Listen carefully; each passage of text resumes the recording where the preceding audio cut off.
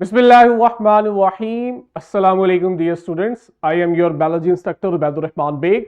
आज हम चैप्टर 5 को कंक्लूड करेंगे। हमारा लास्ट टॉपिक है कि हम होम्योस्टेसिस में जो डिफरेंट ऑर्गन सिस्टम्स हैं उनका रोल स्टडी करें।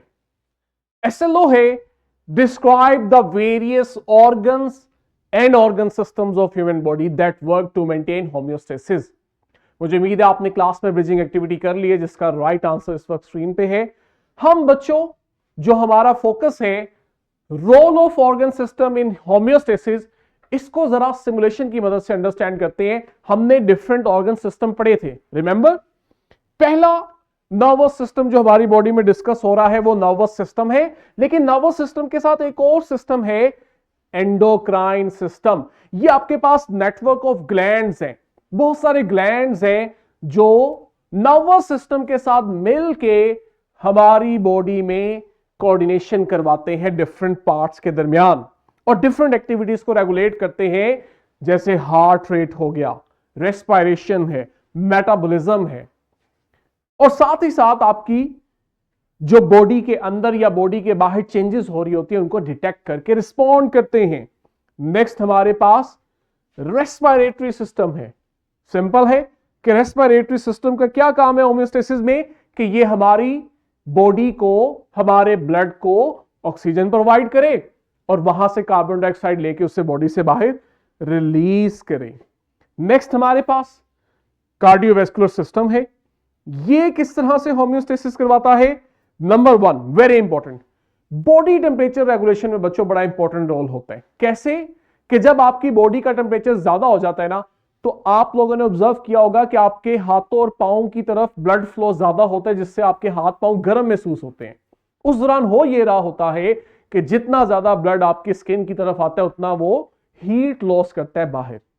और सर्दियों में ऑपोजिट होता है कि हमारे हार्ट जो है वो फीट और हैंड्स की तरफ ब्लड फ्लो कम कर देता है ताकि हीट लॉस ना हो और हमारे हाथ पांव हमें ठंडे लगते हैं। इसी तरह से कार्डियोवैस्कुलर सिस्टम पीएच भी मेंटेन कर रहा होता है, ठीक है। फिर आपके पास डाइजेस्टिव सिस्टम है, वेरी इजी। यहीं पे कंप्लीट डाइजेशन होती है, फूड की एब्जॉर्प्शन होती है, ताकि फिर उस फूड से आने वाले न्यूट्रिएंट्स को हमारे बॉडी सेल्स तक पहुंचाया जाए, ताकि सेल्स फिर उससे एनर्जी हासिल करें, ग्रोथ करें या फिर रिपेयर का काम करें। अगला हमारे पास स्केलेटोमस्कुलर सिस्टम है, जिसमें स्केलेटन है और इस स्केलेटन के अराउंड मसल्स की कवरिंग है। ये क्या कर रहे हैं? हमारी बॉडी को पोस्चर दे रहे हैं, हमें मेंटेन कर रहे हैं और मूवमेंट करवा रहे हैं। Next excretory system, urinary system, जिसमें आप देखते हो ब्लड को फिल्टर करके वेस्ट रिमूव किया जाता है बॉडी से in the form of urine, और साथ ही साथ यहां पे वाटर और सॉल्ट्स की मेंटेनेंस भी की जाती है। जितना वाटर और सॉल्ट बॉडी को चाहिए उसे बैलेंस अमाउंट में रखा जाता है, जिससे अल्टीमेटली क्या होता है, हमारी बॉडी का ब्लड वॉल्यूम, ब्लड प्रेशर और very important pH level maintain किया जाता है। लास्ट पे बच्चों हमारे पास इंटेगुमेंट्री सिस्टम। इंटेगुमेंट्री सिस्टम वो होता है जो आपकी बॉडी को कवर करता है, जैसे यहां पे स्किन है, ठीक है।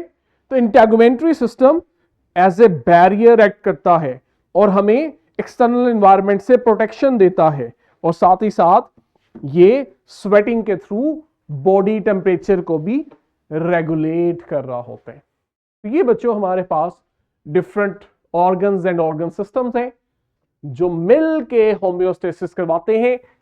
इस टॉपिक को क्लास में फॉर्मेटिव चेक में अटेम्प्ट करें और घर से इसका थ्राइव करके लाएं। मुझे उम्मीद है कि हमें सिमुलेशन की मदद से ये चैप्टर और इसका हर टॉपिक बहुत अच्छे से याद हुआ है।